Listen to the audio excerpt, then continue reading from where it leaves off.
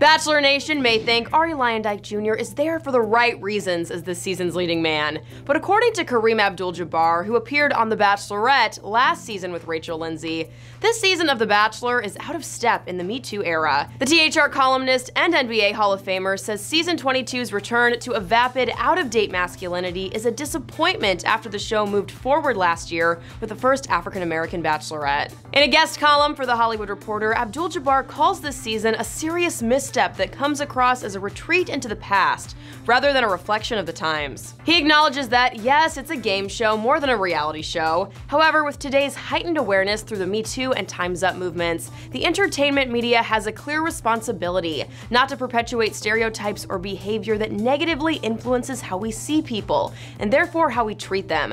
The higher the ratings, the greater the responsibility. Abdul-Jabbar goes on to say that given this responsibility, the featured bachelor needs to reflect a man who embodies this cultural awareness through his words and actions the way that Rachel did.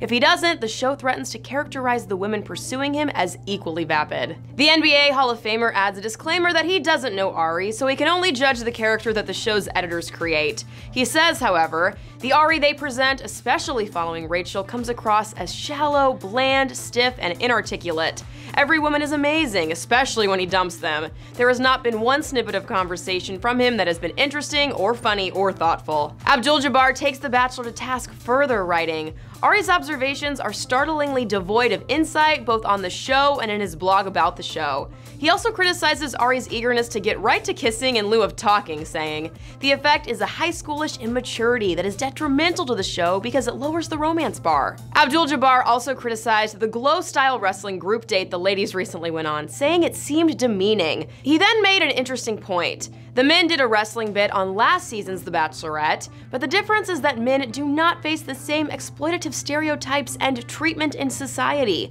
So what might be fun for men might be embarrassing and demeaning for women. He concluded his column like this: none of this makes Ari a bad guy or a bad catch. He seems like a nice, decent man. But selecting The Bachelor or Bachelorette isn't just about ratings or maximum drama. It's also about not diminishing the sincere quest for love through bad examples, but elevating it through admirable role models. No one expects or wants perfect people. Where's the fun or reality in that? We just want people who make the journey both entertaining and meaningful, and to show more sensitive to the times. For Kareem Abdul-Jabbar's full column, go to THR.com. Until next time, for The Hollywood Reporter News, I'm Tiffany Taylor.